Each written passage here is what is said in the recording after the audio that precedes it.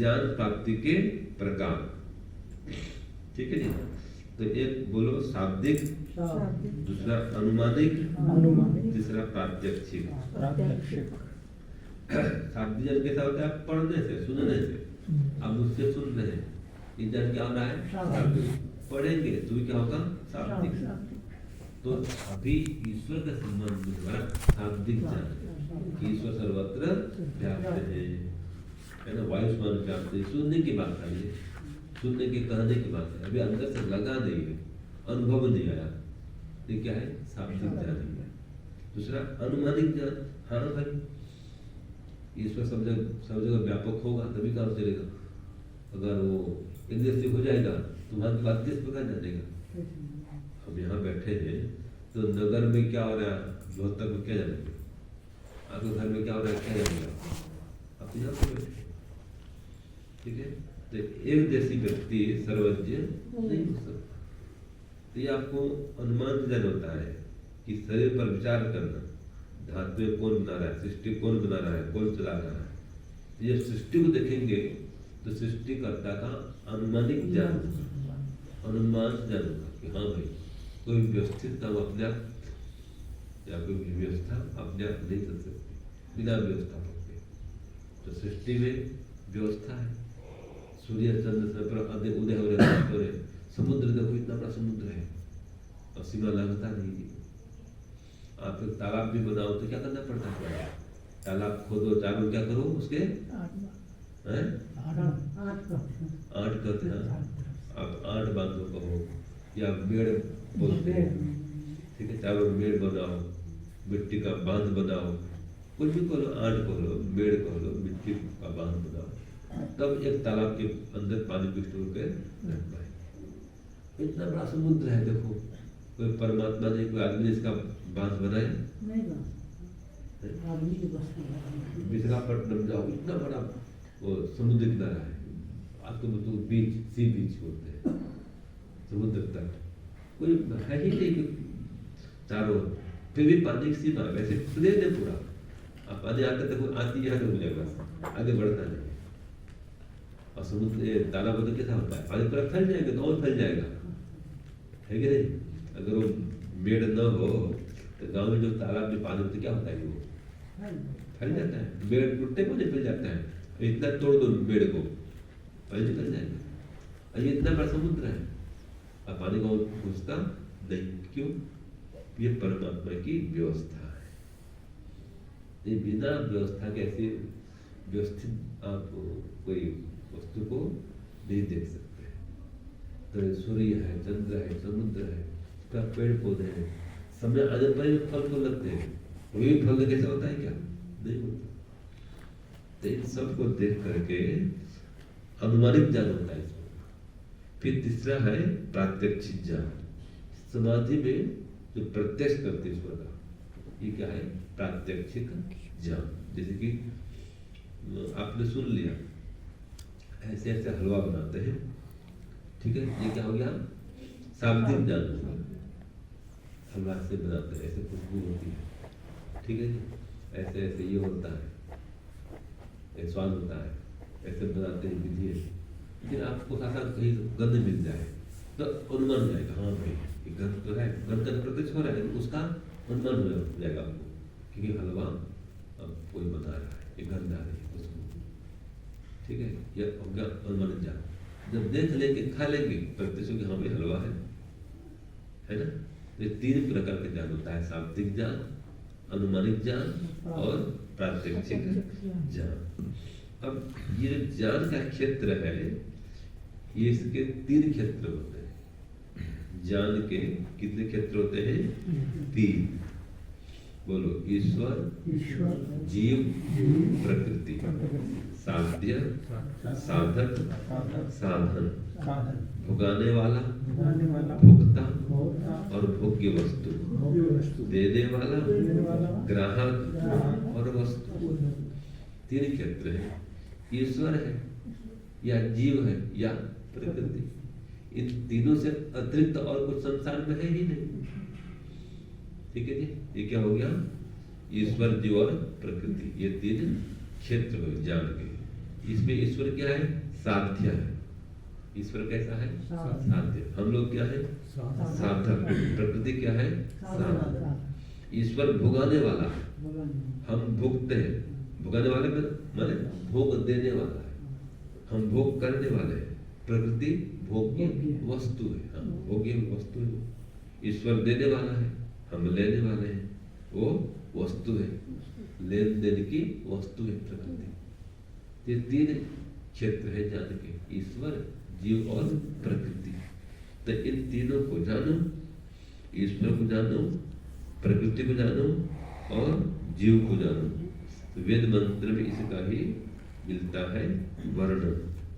एक मंत्र आता है, द्वा सुपर्णा संयुजा सखाया समानम वृक्षम परिषस्व जाते तयोः अन्यः पिप्पलम स्वादवत्ति अनस्नन अन्यो अभिचारसी।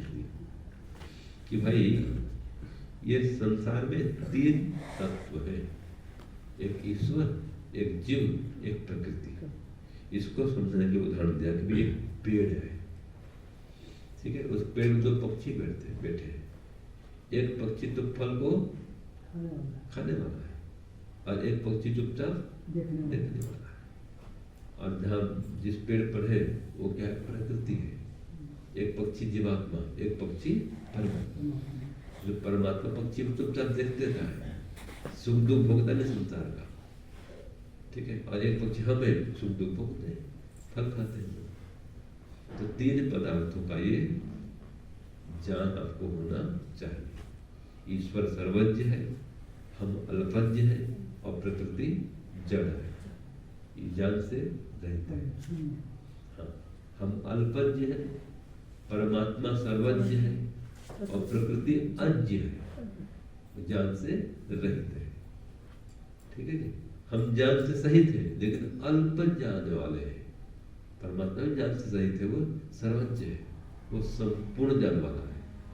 तो इन तीन पदार्थों का ज्ञान करना ही तत्व ज्ञान कहलाता है।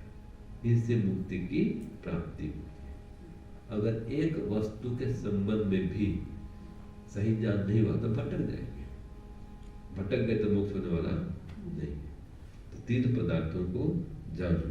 इनमें से एक है ईश्वर, जो यहाँ पर दिया सूत्र में, क्लेश कर्म विपाक आशय अपरानिष्ठा पुरुष विशेष ईश्वर। ये संसार के राग बेहद क्लेश से रहित है, कष्ट से रहित है। क्लेश नहीं होता कोई, कष्ट है, क्लेश है, राग है, क्लेश है, अविद्या, इनसे परे है। और सकाम कर्म नहीं करता, कर्म से परे। कोई संसारी काम नहीं करता, वो संसार बना नहीं करता, सबको सुख देगा, कर्म देगा, ये उसका काम है। आके धंधे व्यापार नौकरी नहीं करेगा, बाल बच्चे नहीं करेगा, कोई राज को नहीं चलाएगा। राज कितना है तो राजा से भाई, वो परमात्मा नहीं। जो राज साथ चला है वो तो परमात्मा। आके नगर में बसे, नगर में रहे, सुबह रात गरबा लगाए, मंत्री बन हो, नौकर चाकर हो, इन सबके माध्यम से राज चलाए, वो तो भौतिक राजा है, मंत्र राजा है। ईश्वर राजा अलग है, कोई नौकर चाकर नहीं चाहिए, वो अलग है। तो इस प्रकार से परमात्मा सकाम कर्म नहीं करता, पाप काम नहीं करता, वो संसारिक कर्म नहीं करता, वो निष्काम कर्म करता है। संसार बनाना, बुलाना, कर्म तो देना, वो ये उसका। तो क्लेश नहीं है, सकाम कर्म नहीं है, पाप कर्म नहीं है, उसका फल नहीं भोगता। जब कोई कर्म नहीं करेगा तो फल कैसे मिलेगा? संसार में कोई अगर कर्म नहीं करता, वो संसार बना दिया, वो हमारे लिए बना दिया, उसका लिए नहीं, ठीक है जी। तो लोग संसारिक काम करता है तो उसका फल भोगता है, अन्नों के संस्कार बनते हैं। तो इन सबसे रहित है वही पुरुष विशेष ईश्वर है। ये ज्ञान हुआ ईश्वर का। तो ईश्वर संबंधों को भ्रांति देखो कि ईश्वर एक स्थान में रहता है, ये भ्रांति है, भ्रमात्मक ज्ञान। ईश्वर वैकुंठ में रहता है, अक्षरधाम में, परम धाम में, वहाँ मानते हैं। तो आसमान, सोता सातवां आसमान, इसका दिमाग स्थानीय है। इस मानना क्या है? भ्रम है, भ्रांति है। ऐसे ईश्वर सर्वधारी है, अवतार लेता है, ऐसा मानना क्या है? भ्रमात्मक ज्ञान। ईश्वर को भी अवतार लेता नहीं है। फिर ईश्वर पापों को क्षमा करता है, भी भ्रांति कोई प्राप्ति नहीं होती। ठीक है, फिर ईश्वर बिना कर्मों के सुख दुख देता है, ये बात भी तो कर्म से सुख दे रहे हो। ईश्वर चाहे कुछ भी कर सकता है, बिगड़ बात है, जो चाहे वो नहीं कर सकता, नियम से करता है, अपने नियम से करता है, अपने खुद के नियम को तोड़ता नहीं है।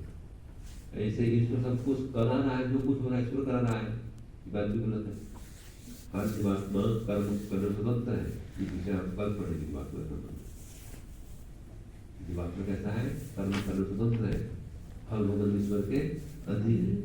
तो ईश्वर ये सब काम नहीं करा रहा है, वो संसार को बनाता है, ये काम करता है। संसार ईश्वर से बना है, तो संसार को बनाता है, संसार को चलाता है, संसार का नाश करता है। हाँ जी बहन जी, सुन नहीं रहे जी? तो ईश्वर संसार को बनाता है, संसार को चलाता है, संसार का नाश करता है और हमारे कर्मों का फल देता है। वेद का ज्ञान देता है सृष्टि के आरंभ में। कब ज्ञान दिया सृष्टि? ईश्वर ने वेद का ज्ञान कब दिया? सृष्टि के आरंभ में। ये काम ईश्वर के है, तो उसकी कोई सांसारिक इच्छा नहीं है, निराकार है। तो लोग ऐसा मानते हैं कि ईश्वर साकार भी है, निराकार भी, एक बात गलत है। और ईश्वर को सांसारिक इच्छा नहीं है, लेकिन इच्छा तो है। कैसी इच्छा है ईश्वर में? अपने लिए कोई इच्छा नहीं है, आत्मा में कल्याण की। हाँ, हम सबके कल्याण की इच्छा है।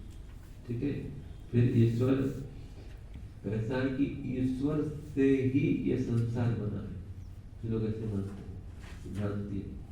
ईश्वर से नहीं बना, प्रकृति से बना। तो प्रकृति अलग, ईश्वर बनाने वाला है। हाँ, ऐसे ही ईश्वर को आंखों से देख सकते हैं, ये भ्रांति है। तो दिखना नहीं के आंख से वो ऐसा। ऐसे ही जीव ईश्वर बन जाता है, ऐसा कुछ लोग मानते हैं, ये भी गलत बात है। जीव अलग, ईश्वर अलग। अच्छा, ईश्वर भविष्य की सब बात जानता है, ये भी ठीक है। सब कब जानेगा? जब हम योजना बनाएंगे। जैसे कि आज से एक मास बाद सुबह हम क्या लगता है, हमको तो पता नहीं है, तो ईश्वर क्या जानेगा? नहीं जानेगा। जो भी खाएंगे उसको फॉलो से समझ आता है। अगर चावल का आइटम होगा या गेहूं का, रोटी का, ठीक है, या और ऐसे कोई अन्न होगा, ये जो खाएंगे क्या खाएंगे, जो भी खाएंगे उसकी जान से बाहर का पदार्थ नहीं खा सकते। कोई फल फूल खाएंगे, क्या खाएंगे, कोई साग सब्जी खाएंगे, कोई दूध पिएंगे, ये जो खाएंगे क्या खाएंगे। तो जो भी खाएंगे उसको परमात्मा जानता है, उनमें से क्या खाएंगे ये नहीं पता। तो ऐसा ही परमात्मा इस प्रकार सर्वज्ञ है, तो सब बातों को इस प्रकार से जानता है कि क्या खाएंगे ये जानता है, लेकिन ये खाएंगे ये नहीं जानता। ऐसे ईश्वर का ही अंश जीवात्मा है, ऐसा मानना ही भ्रम है। तो ये ईश्वर संबंधी जैसे लोग भ्रम पाले हुए अंदर, ये भ्रम को हटाए और सही ईश्वर को जाने। तो आज विषय रखे 5 प्रकार का या 4 प्रकार का ज्ञान होता है। भावात्मक ज्ञान, संसारात्मक ज्ञान, परमात्मक ज्ञान और क्रीडात्मक ज्ञान, ये 4 प्रकार का ज्ञान इसमें जुड़ जाता है। शाब्दिक ज्ञान जुड़ जाता है, तो 5 प्रकार का मान जुड़ जाए।